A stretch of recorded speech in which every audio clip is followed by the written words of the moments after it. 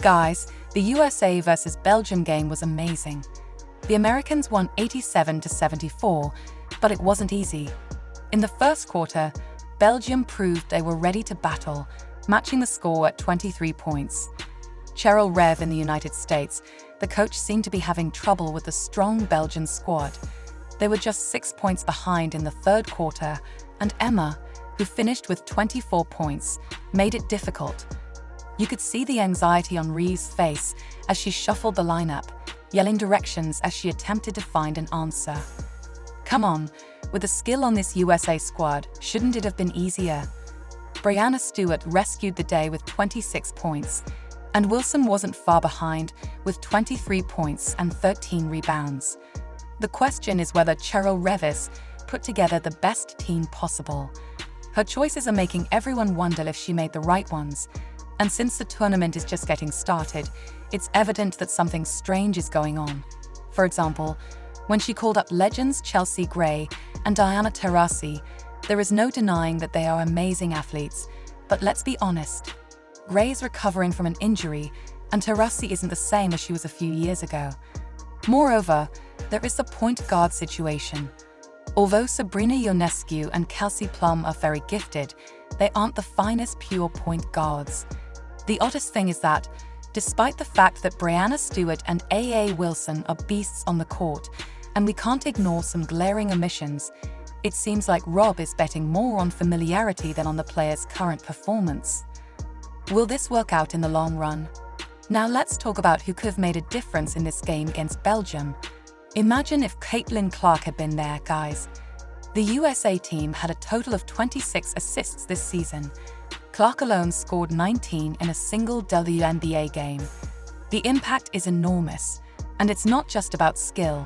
Clark brings a different energy to the game and has that rookie confidence that could be exactly what the team needs to shake things up. Another absence that was felt was Angel Reese. The girl is a monster on rebounds and defense against Belgium.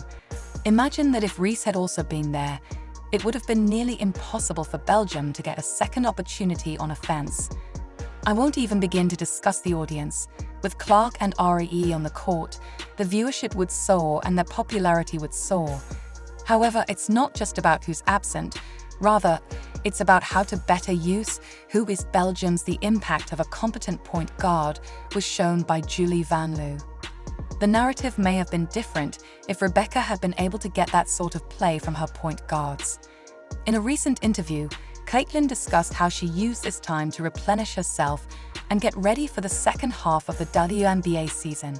She said, "I read a book and wasn't on my phone much, so was really nice, yeah. Just kind of relaxed. It was weird for sure, so it's not like she's on vacation." Clark said that she feels more energized and rejuvenated now that she is practicing with the Indiana Fever, and that the defense is the team's primary priority, along with the presence of additional males. In addition to honing other aspects of her game, Clark has expressed a desire to play more golf. This may seem absurd, but playing golf improves focus and precision, two essential basketball skills. What's really interesting is that, while the national team stars are exhausting themselves in the Olympics, Clark is able to prepare herself both mentally and physically for the remainder of the season. This could be extremely beneficial for her Fever in the upcoming weeks. Speaking of the Fever, it appears that things are changing there as well.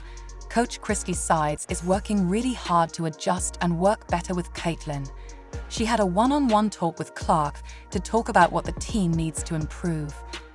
What's interesting is that Sid seems to finally understand how to better utilize Clark's talent at the beginning of the season. There were criticisms about how Clark was being underutilized, but now Sides is talking about improving half-court defense and working on team chemistry. And look at what Sides said about the team's goals. We talk about that's our goal. We're sitting in a playoff position right now. This demonstrates a change in mentality, guys.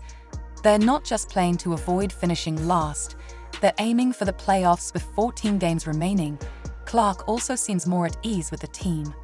She noted that the team's chemistry is growing, which is important, especially given how the Fever began the season.